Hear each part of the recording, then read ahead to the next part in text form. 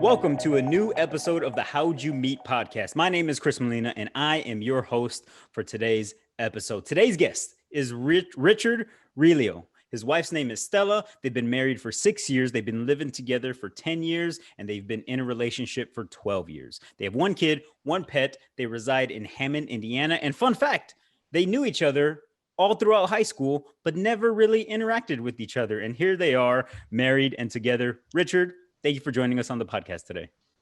Thanks for having me, dude. It's awesome to see you through these cameras that we got here and to talk to you again, man. It's been a while. Yeah. Really quick for the listeners, Richard and I are high school friends. We knew each other growing up, and we're really, really close. And we don't get to see each other as often as we would like. We have all these inside jokes that we can't share. Dude, it hurts. Who else can I say these things? And the listeners can't see it, obviously, but behind me I have one of those inside jokes. We have them all around us, but I would be remiss if I didn't get to the point. That's what I love about this podcast, is keeping it short and sweet. So let's jump to the first question. The first question that we always ask: how'd you guys meet? How did we meet? So, like you said in the little fun fact portion, we did know each other in high school. Mm-hmm. We had guitar class. I do remember that. And so we knew each other. We knew the same friends. We kind of maybe hung out with people the other one hung out with, but we really never interacted too much. Sure. So fast forward so we graduated in 2004. Fast forward to 2007, mm-hmm. and I was working at Target. And I always joke that Target was basically high school part 2 or our college years, because I swear everybody that I knew worked with us there. Yep. And my cousin worked there. One of my friends who became my brother-in-law, he worked there. Yep. So his sister started working there, and this is the funny part about it, is at the time I didn't know they were related. I just knew that this is my boy, and then I remembered her from high school. Yeah. So over the time there, we just hung out. I mean, like I said, we would close Target and then just go out afterwards as a group.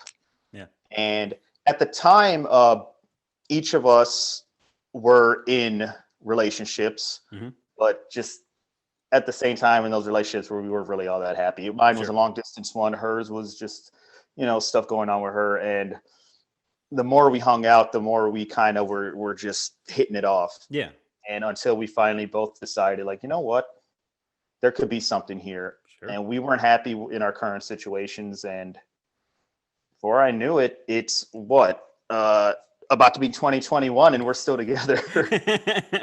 Yeah. Man, the more that I do these episodes, the more that I find a common denominator of friendship and just appreciating and enjoying being around the other person. So it's funny that's kind of where it was. You guys were just hanging out and you found out, hey, we kind of like being around each other. Yeah. Why don't we try? Exactly. And that's exactly how it is. And for a little bit, it was weird with her brother, because again, like, me and him were super cool. Yeah. And I remember I even told him at one point, I was like, dude, I had no idea you guys were related. And he stares at me and he goes, how? We look exactly the freaking same. I'm like, no, you guys. Don't say that. Well, no, and you know what? It never, even to this day, I still tell her and I tell him, I'm like, you guys don't look the same, because I never knew. Yeah, you guys were related. I'm sure if I knew they were brother and sister, I'd be like, well, yeah, you guys look similar. But because I didn't know they were, I'm like, I don't see the resemblance, which is, or maybe that's just me telling myself that. I don't know. But so anytime you pass a Target, do you reminisce of the good old days? Oh, dude, I still go. I was there today. It's my one-stop shop, bro. I'm a Target guy. No, yeah, like you said, it was friendship. We would hang out together. We would go bowling, go to bars afterwards, but it was as the group, it was always a group setting with us. Sure. And yeah, it just was that we just started really enjoying each other's company, making each other laugh. And it's so weird because we are opposites. Yeah. And I think maybe that's why she keeps my craziness and dullness in check. And, I love her for it, man. It's Yeah. all good. That's beautiful, man. And that's another crazy thing. Although we're extremely close, you and Mm-hmm. I was off doing Marine Corps stuff, and then at Purdue and at John Deere and doing all these things. I never really got to hear this story. I didn't get to live it with you Yeah. like we did for so many other moments in our lives. So this is interesting, and I'd like to hear the answer to the next question. Uh-oh. Let's hear it. What is one thing that Stella does that makes you smile and feel warm inside? Uh, Besides being a ridiculously awesome mother, Mhm. I mean, the fact that she can put up with my silliness, my weird wrestling obsession that I have, my weird like toy obsession that I still buy, and that she is cool with it. I mean, there could be some people that are like, you do this too much, but in her, she respects me. And she's just, other than that, dude, like she's one of like the most caring people that I know. And I tell her it all the time. She does not think about herself. She always thinks about others, especially just recently during the holiday season. I try to tell her that you need to bring, hold the reins, bring them back, because you are just worrying too much about everyone else. But in her mind, she's like, no, that's not it. It's just how I always am. And I tell her all the time, just the fact, her compassion for other people too, man. I wish I can get that from her. I could learn that from her. She could teach it, but it's amazing. She's one of like the most caring people that I know, man. That right there always makes me smile, just knowing that she will put other people ahead of her. And it's great, man. It's great. That has to be inspiring. And so I heard you say that her being a fantastic mother, her accepting you for everything that you are, not just a few things, absolutely everything that you are, and then also being extremely compassionate. Yes, 100% all that, man. Her and my daughter, they're my world. And I say she's my daughter. When we got together, her daughter was 4 years old. Sure. So I always joke that I bypassed the early parts of parenthood, because I became a parent when she already knew how to walk and how to talk. I'm in the middle of potty training my daughter right now, so I missed it, and you know what? I'm kind of okay with that. But yeah, so I've grown. She's been with me since she was 4, and she just turned 16 this year, and that's my baby. She'll always be my daughter. I will always say that's my daughter. At our wedding, in my vows to Stell, I said I will be, the best dad, not stepdad. I'll be the best dad to her. And yeah, man, it's a great time I'm living over here, man. I love it. Yeah, it is not surprising that the Richard, and we called you Dick. I'll just call you Dick. That's what we called you. The Dick that I knew. Hearing Richard feels like I'm in school again, so it's all good. The Dick that I knew back in high school, it's not surprising that he grew into who you are today. Because like I always saw that, so it's amazing to see you fully embracing it and loving every minute of it. Like that's not surprising at all, man. But you mentioned the wedding, which is a great segue. And being a podcast host, I live for good segues. So thank you for that. Love it. Great. Oh, I love it. Tell us about the proposal story. Oh, so I proposed to her Christmas Eve of 2012. Okay. And so the months leading up to it, we kind of realized it, the subtle hints of we've been together since the late 2008 and been living together since 2010. Mm-hmm. So it's a little of that. When's this happening? Yep. Which, I mean, everyone talks about it. Let's be serious. And you got to respect the question. You got to respect it, of course. So she does not approve me doing anything by myself jewelry wise. So we did go looking for, hey, let's go look for rings. Let's just go look around. Tell me what you like. Yep. So she found one that she fell in love with, made the mental note. Okay. Ended up getting it, holding on to it, trying to find the right time. So we were going to her brother's for Christmas Eve because as the Latin people that we are, we celebrate the Eve.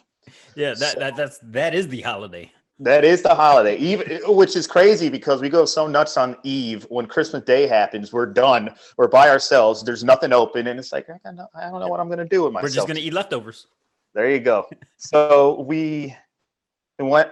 We're getting ready. She's in the kitchen, and I just grabbed the ring. I was hiding it in the closet, and just the shaking starts happening, the trembling, and I just go into the kitchen.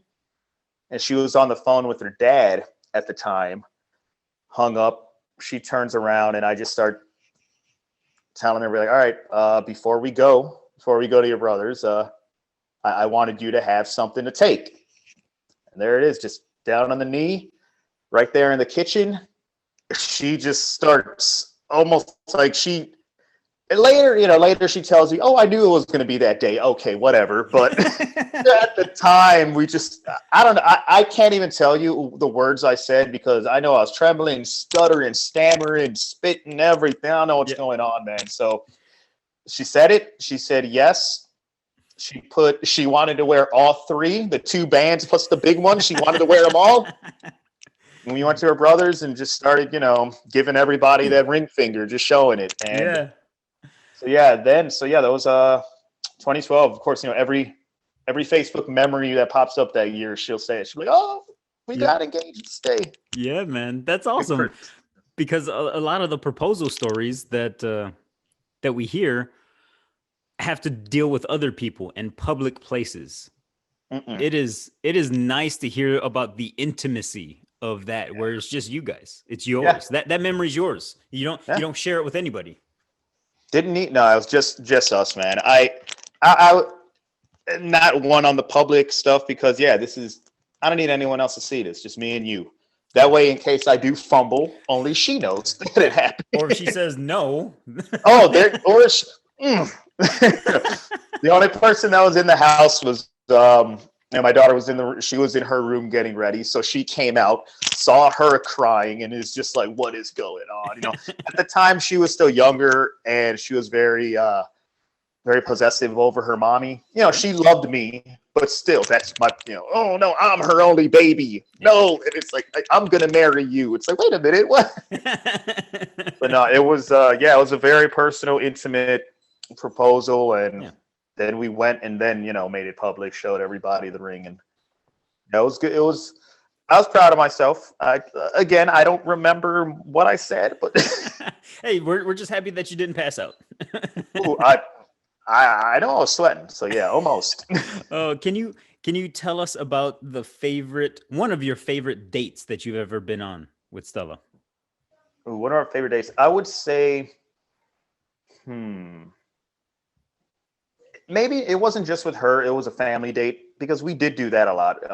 She had a young daughter, so we would go out together. Mm-hmm. And one of my favorite ones was we went to Navy Pier during the winter, and they have like a winter wonder fest. And the funny thing about it, I remember a couple things happened. One, I wasn't eating. I didn't eat at all that day. Yeah. And ended up going on like a ride, like a hang glide ride with my daughter, and got sick. So there's one memory. Wait, and was it like just my stomach feels bad sick? I didn't like eat. Projectile? Nauseous. No, just nauseous. Nauseous. I think you're muted right now. I cannot hear you.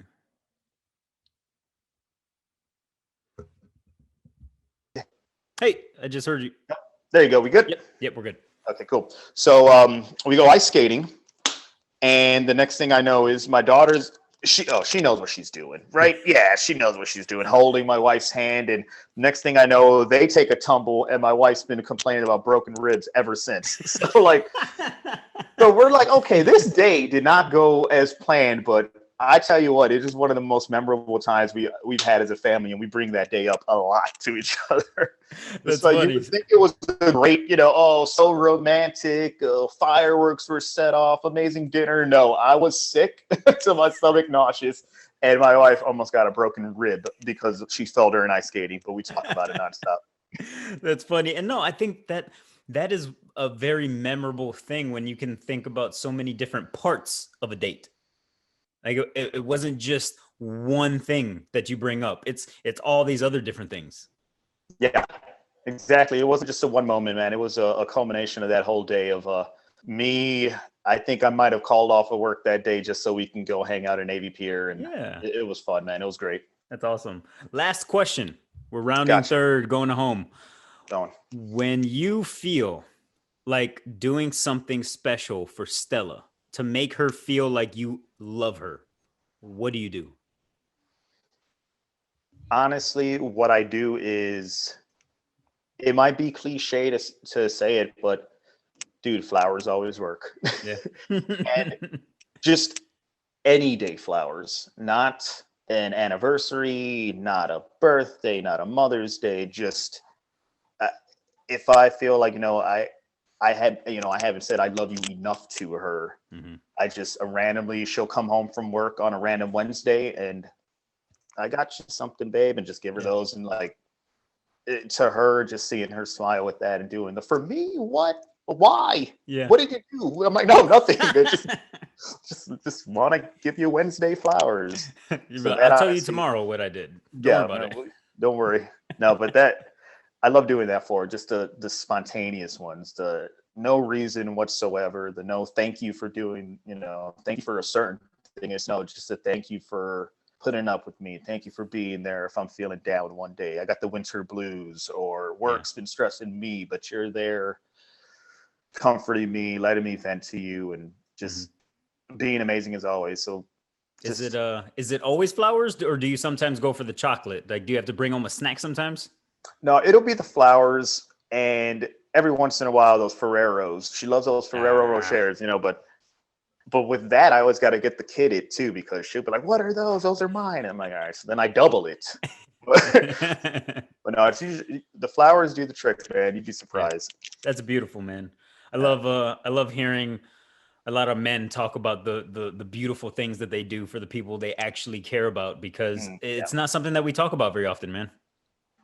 Nah, yeah, I mean, you've known me since high school. You know, I'm not like the typical manly man. So like, listen to my dashboard, hearts on the sleeves. If I got to do something, I'll do it, man. Don't mind it. When you logged in and I saw Saves Tuesday come up, I just flashed back to all those high school memories. That's all you, man. Saves Tuesday is your brainchild, and I've stuck with it. Yeah, as an ode to Chris. Well, Dick, I appreciated your time today. I appreciated the beautiful story that you gave us. Thank you for taking the time out of your day to share some of your relationship with me and with the listeners. No, thank you for asking me, man. I'm happy to help you out. I'm excited to hear the other episodes that you've got lined up, man, and just appreciate it, man. I miss you, buddy. Thank you for having me here. Yeah, man, miss you too.